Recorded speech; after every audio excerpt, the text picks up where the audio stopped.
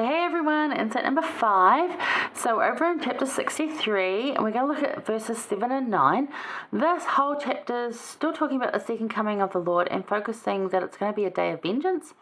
And as I will cover again, vengeance here isn't getting back at us, it's banishing Satan. It's saying to him, hey, you've had enough time here, mate, you got to go. That's what it's talking about. Okay, so 7.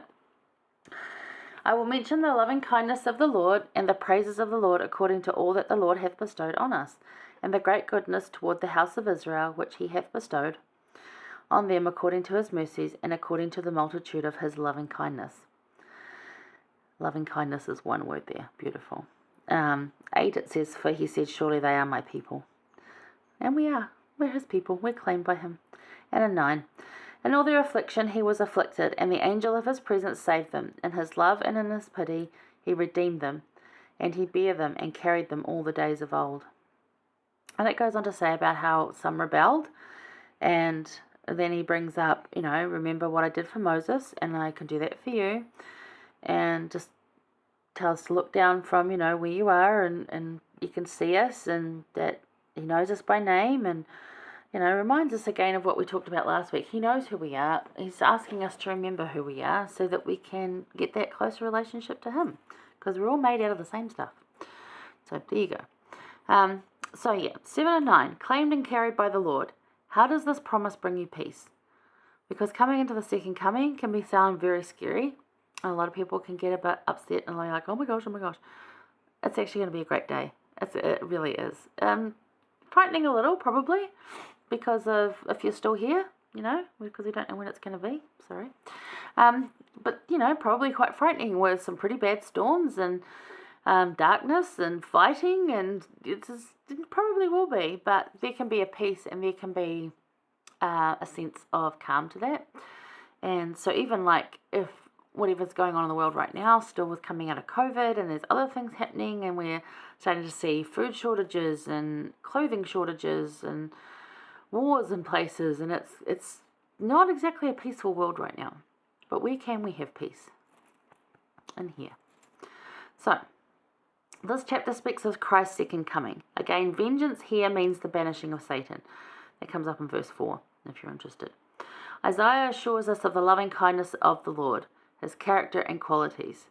So he's reminding us again, this is Christ. He delivered Moses. This is how he did it.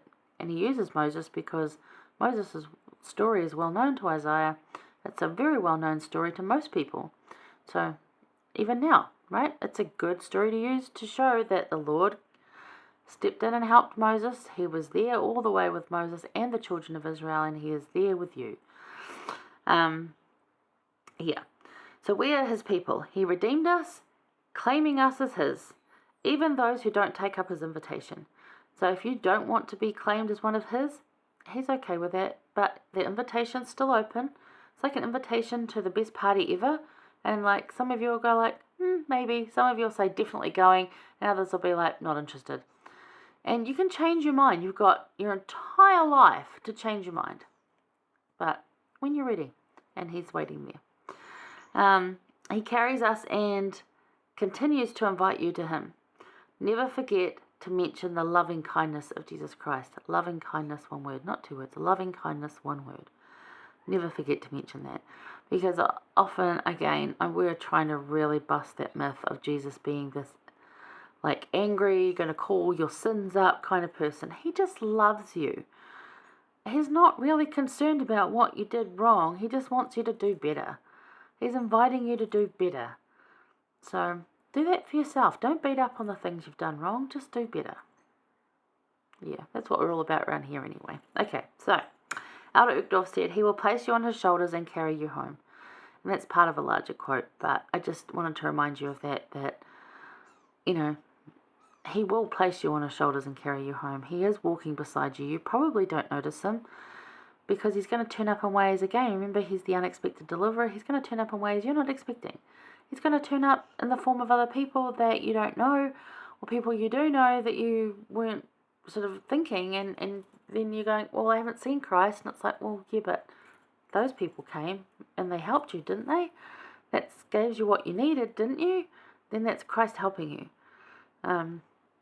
And you might say, well, no, that's just that those people are helping me. And I was like, well, you asked those people why they came and helped you.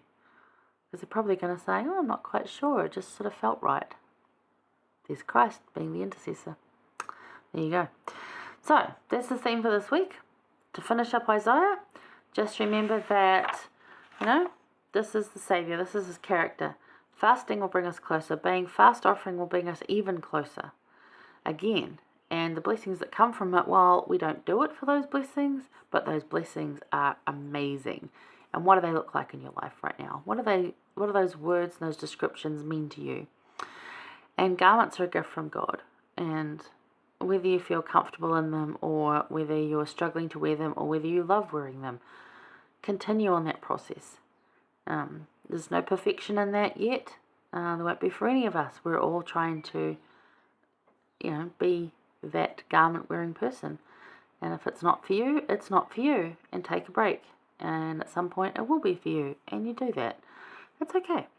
And don't get caught up in the controversy of it. It's a personal thing to you, and there's no judgment from anyone else. And if they are, don't listen.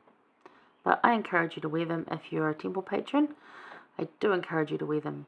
Again, they're not magic, they're not protection, but wearing them focuses on Christ, and he is our protection. Okay? And we are claimed and carried by the Lord. He will come and find us. He'll pick us up. He'll bring us home. There is peace to be found in that message. That loving kindness, that he is our protection.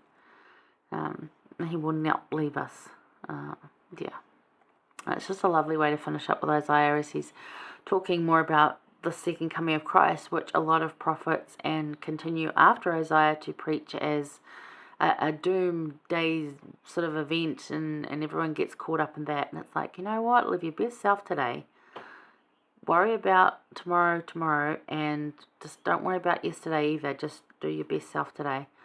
And know that it's about effort and trying, because that's all the Lord requires of you, is effort and trying. Your 100% best you can today. And if your 100% today is getting out of bed, having a shower, that's good. If your 100% today is running a marathon, good for you.